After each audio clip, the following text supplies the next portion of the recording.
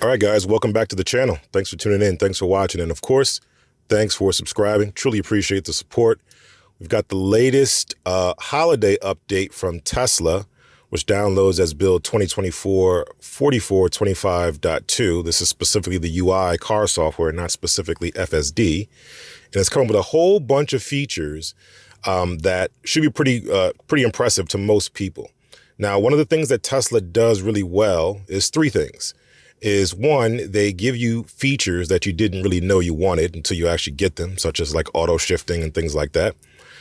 They also do a good job of giving people, the customers, what they want, right? So things that people ask for, they do a good job of sort of polling the community and figuring out what they want and giving them that thing. And then the last thing they do is they are continuously improving with their software because they're a software development company at their core. So they do something called continuous development. And with continuous development, that involves bringing out features in sort of an MVP status, minimum viable product status, where they give sort of the bare features and then they look to add more features over time. This is the methodology that they're using with a lot of their software, even FSD to some extent, where they release a core set of features, then they're going to release the other set of features that make logical sense to the core of what they're trying to do. And the same thing applies to their software. So we're going to go through some features, some things that are expected to have happened or it's expected to have launched when the feature launched, but are now coming to light now, which is good, which is, again, all a good thing. It's all happening. It's not something you have to pay for. It's all free, included with the cost of your car. So it's all good stuff. So let's dive into it right now. First and foremost, for those that don't know, Tesla acquired quite a few Apple employees over the years and merged them into their tech engineers and technical developers because they also had some of the best developers in the land. So they definitely took advantage of that. And as a result, Apple products get priority over everything. So right here, you have Apple Watch integration with this new update for Tesla. So you get to have an app on your Apple Watch that you can use both as a key and as a remote control to remote control the features of your car. So that's pretty cool. No Apple over here. Sorry, Apple fanboys. No Apple over here. So I can't test that and show you what it looks like. But a couple of friends of mine had it. It's pretty cool. Definitely reminiscent to fulfilling the dream of Michael Knight and Knight Rider and Kit and being able to control the car or communicate the car with your watch. So definitely a cool feature. I'm definitely jealous, but that's something we can't test right now. The next thing we have is a mobile app dashcam viewer, which is specifically allowing you to be able to view dashcam footage on your mobile app. And this is sort of the third pillar that I mentioned here, where it's sort of the features that it should have come with when you launch a dashcam to be able to see it on your mobile app. But it's also blending number two because it's also something that customers have been asking for a while. So now Tesla is delivering either way, which is great. So this gives you the ability to watch and save dashcam Sentry mode clips directly from your phone. So you can get them uploaded or stream them from your phone, from your car to your phone, and then download those clips to your phone. Again, Apple being the priority, we're out of the boat on this one. So this requires iOS mobile app, and basically that's it. No mention of Android here or anything else. All right, so along the other lines of things that should have been here all along, but also things that people have been asking about, is set arrival energy. This is one we were a huge proponent of. Many iterations of early access. I've asked them to put this in here. Definitely happy they got it out here now. But this basically says, instead of showing you just the sort of destination charge rate, you can now set the arrival energy to say, hey, I want to arrive at this destination with this specific percentage. Now, I can remember way back in the day before any of this, and the mobile app was in its infancy, and the route planner was also in its infancy. It was super tough to try to plan and gauge and charge enough to be able to reach your destination with a set amount of charge, especially if you don't have destination charging where you're going to go. So this is really helpful for those trying to make the leap, those trying to do a lot of cross-country traveling, a lot of long-distance trips and things like that, and want to be able to make sure they have enough charge limit for where they're going. Okay, not the supercharger routes, not the local chargers, but where they're going. If they're going to someone's house, some friends, family, whatever, there's no charging there. They want to at least have a little bit of a buffer when they arrive so they can go find a charger or get to the nearest charger from that particular location. So that's really cool. Let's check that out really quickly. We go here. We'll do here. Click on that. Gives me up a destination. And from this option, I have the option now to do set arrival energy. set arrival energy, and I can choose what that energy amount is. I gotta press it, I can't scroll it, can't swipe it. So no lower than 50%, I can't go right here. I can go 65%, 80%, so on and so forth. So right now, if I go to that destination, I can make it without stopping, and I'll arrive there with 48%. If I want to set the destination charge limit to be, or arrival time, arrival energy to be 65, and I press save, now it's going to route me to a supercharger so I can charge first and then hit my destination, which is super cool. So that's awesome. Good to see. Definitely been wanting that. Glad to see it's finally here. Great job, Tesla. And again, on the same lines of things that it should have had all along, just to make things easier, all those things that, people have been asking about, is search along the route. When you have a destination set and you search, hey, I want to search for food, you got the kids in the car, you want to stop by for lunch or whatever the case may be, and you search, it searches where you are, right? That's where it's searched normally. This now searches along the route. So I'm going to do the same thing here, pick my destination, and then if I want to add if I want to search along the route, now it says search along the route. Now I can say, something like Starbucks, right? And I'm going to view the locations. I can see locations here, and the locations now all pop up, but the nearest one is going to be the one closest to me, but it's along my route. So within proximity of my route. Some of them are a little far away, but most of them are going to be within my route here, as you see here. And it tells you how much time it's going to add when you stop. Now, obviously, they're not taking into consideration the drive-through line or the congestion there, but just making the stop from a distance standpoint is going to add the requisite amount of time that you see here. 11 minutes, 4 minutes, 3 minutes, whatever the case may be. And if you like it, you can press it and add it to the route. So that's pretty cool. Awesome job, Tesla, on that one. Super cool. The next one is one that we've been asking for, not something that's necessarily should have been included, but one that people have been asking for a while, and that is going to be the weather, to show the weather map, right? You have this beautiful screen, especially on the Model S and Model X. Everyone forgets about those, the neglected stepchildren of Tesla, with this big, beautiful screen where you get the full view of the map, and you want to be able to see the weather specifically at your destination.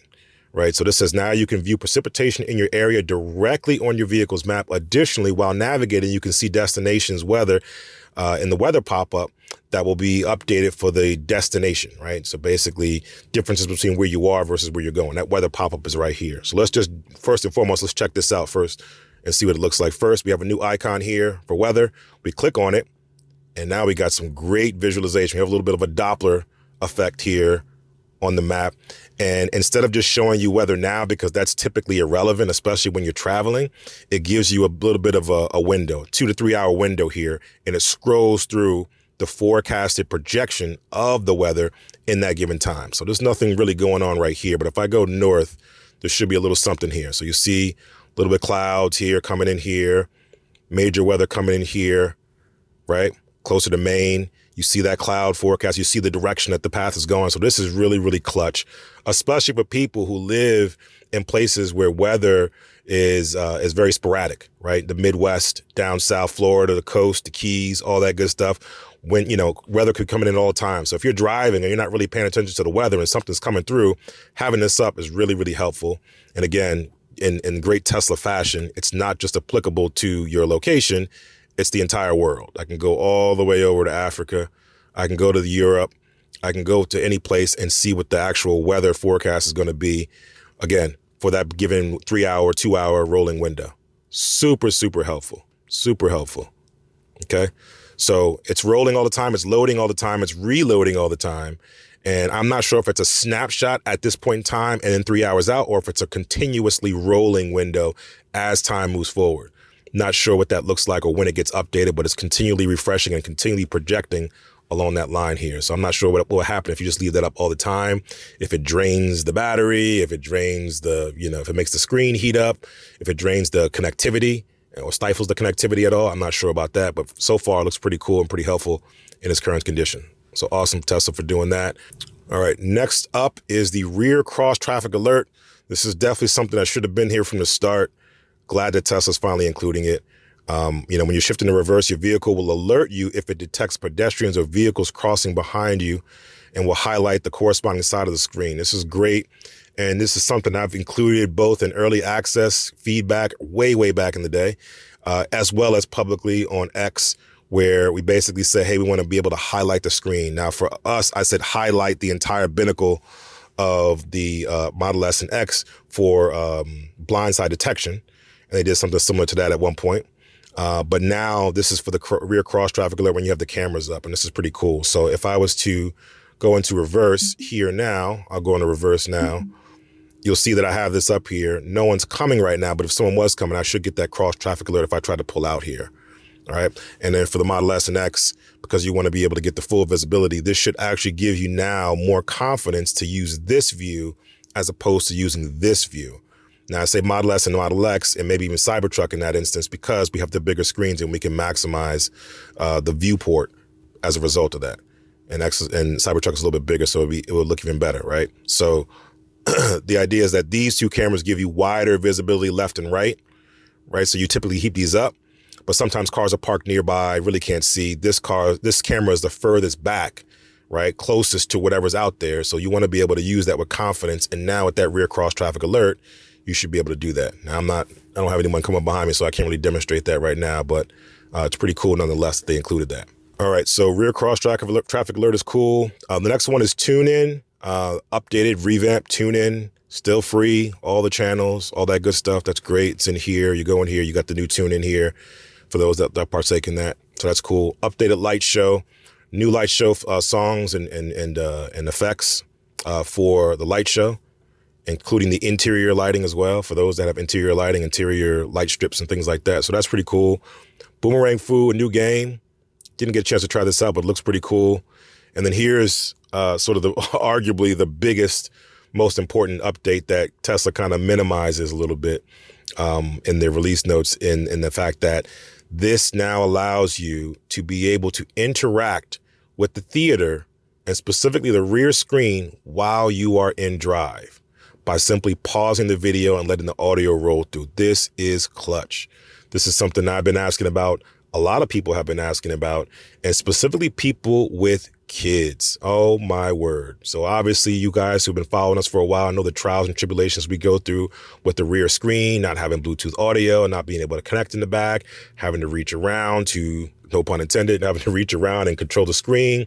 They added the new remote control for the back screen, which is great. They've added updated Bluetooth antennas for Bluetooth support. So now the little kids' headphones can connect.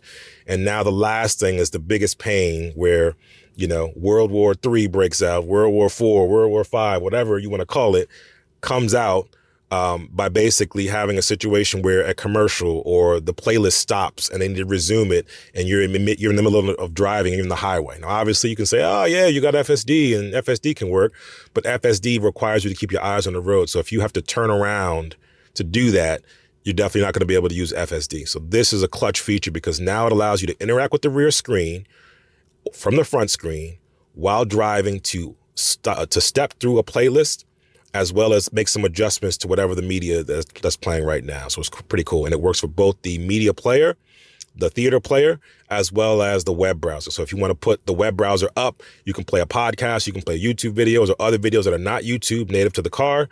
And then you can use that audio to play while you're driving. So that's pretty cool. And you can control forward and back, pause and play as well without being penalized. Prior to this, the screen would just be locked. You couldn't get into it. So let's take a look really quickly and see what it looks like. We go here. It loads the back screen remote view. Now we go to theater, and let's just pull up some YouTube right here. I'll just choose a random video. Kids got videos in here. Choose our good friend Ryan. Actually, I won't choose any of these videos because I don't want to get in trouble. But basically, you could play this, and let's just see if I can choose something safe here.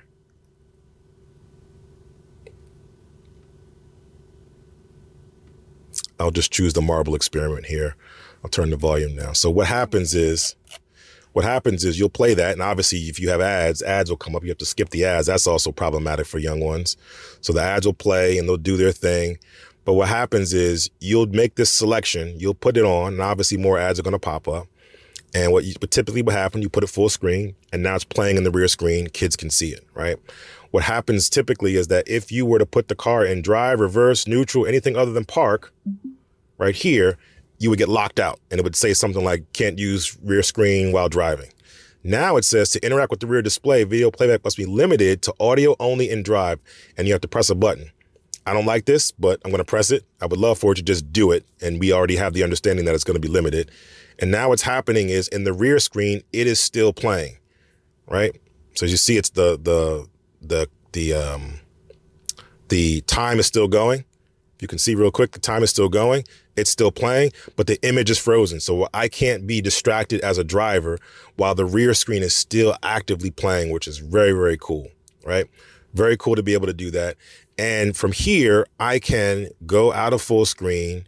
I can select a different video. I can go to any other video here. I can search along here as well while it's playing. But what I can't do is I really can't go backwards. That's one of the bug fixes here, is I can't go backwards. I can say resume watching, right? Puts me in park. But if I'm in neutral or drive or whatever, I'll limit that. It'll stay frozen, still playing in the back screen, right? As you can see, the time code is still going through. But one of the things I cannot do is I can't go back on this player. Even if I try to swipe, it doesn't do that action. So that's the only sort of negative here, is that I can't go back. I can flip through the videos, do forward. If I have a playlist set up, sure. So you can set up playlists up for the kids, have it run through, and now you can drive or have your passenger turn the screen that way, have the passenger do it, and do it that way. So either way, that's a good clutch feature. I can't tell you how many times the world has gone to an end when a video messes up or pauses and the kids can't change it and we're like in the middle of the highway and we can't pull over. So this is really, really clutch. All right. So I can pause this here. I'll take it down, dismiss it. Same thing works for the browser. If you pull up a video in the browser, you want to listen to a podcast, you can pull it up in the browser and play. Works just as well. So I'm good there. All right. And then the next thing up is going to be seat controls. A lot of people are making a big deal out of the seat controls. It's not something that's very new to the Model S and Model X owners. We've been using the seat controls for a while, specifically using the rear seat controls to be able to manipulate the rear seat. So we go here, we go seat, and we can move the seat forward, backwards accordingly. So it moves that passenger seat. Again, super helpful for those who have car seats and little kids and you have to keep moving the seat forward and back, and you have a combination of adults getting in the seat, adults in the seat here, and kids in the back, and you got to sort of adjust for their feet. So this is really, really helpful in that regard. Or if you have a scenario where you're at the drop-off line and you need to let one kid over that's behind you and they have to cross over, this is also super good. If you are doing car services, this can help you move the seat forward for the rear passenger. So that's super helpful there. But what this new menu does is adds a menu here called seats, which is, where the heated seats are now, but now allows you to put that menu here. So it's nothing really new for S and X owners. This is just putting it in the menu here as opposed to going to the rear controls. Does the same functionality, right? Forward, back, and then the heated seats. Same thing here, forward, back, and then the heated seats in the rear. The only difference is that you have heated seats in the front from that menu versus heated seats just in the rear for this one. All right. But pretty cool feature nonetheless. Definitely good to see that functionality come into play. And again, just making your car better, giving it features that it didn't even have or wasn't expected to have. Okay. Next one up is the maintenance summary. Also pretty cool. This is going to be able to provide features. This is going to be able to provide a record of when common maintenance actions were last performed and recommends when to perform the next action in the maintenance item. So this is pretty good. Most people always say, Tesla has no maintenance. It's just windshield wiper fluid. Okay, fair enough. But I would say before you say windshield wiper fluids, I would always say tires. Tires is going to be the big maintenance item before even windshield wiper fluid. It's going to have minimal maintenance compared to gas car for sure. Absolutely, 100%. But it still has maintenance. And in this maintenance summary, it shows you some of the things that you should be considering for maintenance. All right, so I go here, I go to service, and I go to maintenance. And now it comes up with this menu here that shows tire rotation, cabin filter, that definitely needs to be replaced, especially if you have the big HEPA filter. Wheel alignment check, windshield camera area protection. Windshield camera area precision cleaning as needed, wiper blades. So wiper blades, windshield wiper fluid, tires, right? And wheel alignment, general wheel alignment are the big major things that need to have maintenance. Now, they're not very expensive. Again, compared to gas cars, but they are things that you need to consider. It's not just windshield wiper fluid, as people like to oversimplify that. So definitely tire rotation when the last one was, whether or not it's overdue. Is it overdue? I think I am.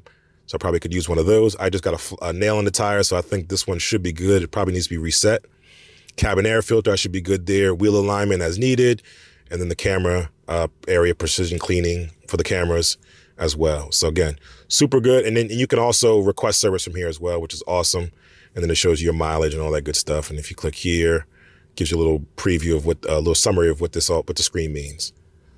So pretty cool there. Definitely want to keep on top of that. If you're thinking that you just have no maintenance, if you just got a Tesla, definitely have some maintenance, but it's minimal comparison. All right, and then now for the minor updates, the fine print, okay? So tap nearby parking on any point of interest to get directions to nearby parking. That's pretty cool, where you can find a point of interest. Are my point of interest on? It should be on. I'm just gonna click the Yankee Stadium. And now we got this, more destinations within the stadium. That's normal. So that's the sort of concept of having different parking levels, parking decks within the compound that you're going or the location that you're going. And then here's nearby parking. This is clutch. So now find me nearby parking to that location. This is next level. Now, this is not something we expected. This is not something that they should have included from the beginning, but this is a nice to have feature that I didn't think I would want to pay attention to until you actually get close to somewhere and then you start shuffling for parking. So that's definitely happened to me many, many times. So I definitely could appreciate something like this. And it shows you where it is in relation. So that's very, very good. Very, very good. All right. In addition to that, it says navigation will now dynamically route along road closures and display them along the affected route when they are detected by the fleet. Now, this is also super interesting because this incorporates fleet learning, which is something Tesla has been promising from the beginning. But as we learn, and specifically in regards to autopilot and full self-driving, where someone would encounter something and then it would just beam it up to the mothership and it would beam down to all the rest of the Teslas and say, hey, there's some kind of road closure on this location or some kind of pothole or some kind of incident, sort of like a real-time Waze situation. And now all the other cars would now know to avoid that location. That's something that's been promised from the beginning, but has not been delivered as of yet. And even as we learn more about full self-driving and autopilot, we see that that's not the case in its current form. However, version 13 might be the change of that. We'll talk about that in another video. And now this is given, again, some fleet learning here, right? So dynamically going around road closures if a fleet detects it. So if a Tesla encounters a road closure, it will now beam that up to the fleet, and now everybody will have that knowledge. And now for the maps, the navigation will route around that accordingly. So that's very, very cool. Next one is, if someone attempts to open the door or trunk when Sentry Mode is active, you will receive a notification on your mobile app. When reviewing dash cam clips on your vehicle, the video player will skip directly to the recorded event. Let's test that out. Go here, pull up dash cam. Nice. So this is actually interesting. So one of the things I discovered a little while ago was that the dash cam footage, the actual footage that gets written to the dash cam, used to just have a little JSON file, a little text file that had the event incident on it. And then everything else had time codes for the videos that were on there. They recently made an update where that file also is now named with the time code. So you know exactly where it is as without having to open the file. And it includes a video clip of the time code point where the event happened. So that's the technical details of what's happening. Now it looks like they're surfacing that by automatically playing the moment a Sentry Mode or dashcam event has been occurred, right? So this is pretty cool because before it would just pause and you have to play it, and sometimes you have to move the item right to the red dot, but now it's automatically playing at that particular event as soon as you open up. So this is really, really cool. Now, again, this is probably the MVP situation where they released the core product and they're just iterating over it over time to give it the features it should have had from day one, but maybe they didn't have the time or the resources to do it. Either way, super happy they did it. Excellent job to be able to do this. And again, it's really, really helpful to have that feature there. The Energy app now features a new consumption page where you can visualize the energy usage over the last 200 miles. It also displays your projected range based on your average consumption. So again, that's super cool. Energy app has sort of been forgotten as well, but it's super helpful. Open up the Energy app, current drive. since last charge, park, consumption here. Now you have consumption over the last 200 miles here, which is great. So really giving you a nice range to be able to understand what your efficiency is in this car. All right, when navigating to a supercharger, upon arrival, you'll be notified on the touchscreen if any of the stalls are currently out of service. This is also good because some of the stalls that are out of service, you don't know which ones they are or know that any of them are out of service unless the whole site is out of service. So this is really good, really good details to tell you. Would love if they could actually show the exact stall or tell you the exact stall. That way you know. But this is a step in the right direction. While reversing, your music volume can automatically lower to help you focus on parking. I always thought this was a thing. I always thought that the music always did lower to help you park, but apparently that's not the case. And now when you go here and you go to safety, you have the automatic lower volume in reverse here. Turn that on and you'll have that option. Alternatively, for those that don't know, there's Joe mode, which was named after a guy named Joe who complained that the car's notifications were too loud for a sleeping baby. And Elon threw in Joe mode, which basically lowers the volume of the noises that the car makes, the turn signals, the pings, all that good stuff. It lowers that volume. So if you don't know that, that's there too. Steam beta. Now this is interesting. It says Steam beta has been updated to Steam OS 3.6, bringing performance enhancements and improvements to game capabilities. I'm interested to see what this is like on hardware 4. Hardware 3 has still had Steam in the arcade. I still had Steam beta. So this is updates to that Steam beta, Steam OS now, which is great, but it wasn't being included in hardware 4 cars. I'm interested to see if it's included in hardware 4. If you have hardware 4, got this update, let me know if you guys got Steam. All right, Vampire Survivor has been updated. Okay, cool. And then minor fixes to performance have been applied. All right, so one other update that's not in this car because it already has it, but if you have a new 3, you definitely got this, and that is the Auto Shift Beta. Previously, it was just Auto Shift out of park for Model 3, the new Model 3 refresh, re-engineered Model 3.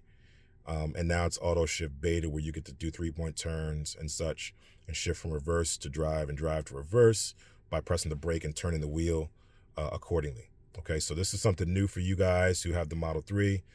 Old for you people who have Model S and X. We've had it for a while. Super cool, sometimes buggy, works majority of the time, but again, some maneuvers get a little bit wonky.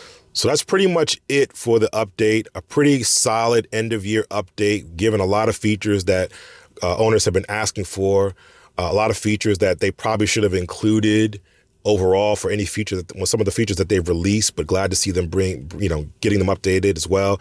And then some features as well that we didn't even think we needed, but now we have. So this is really awesome. So overall, great update so far, Tesla.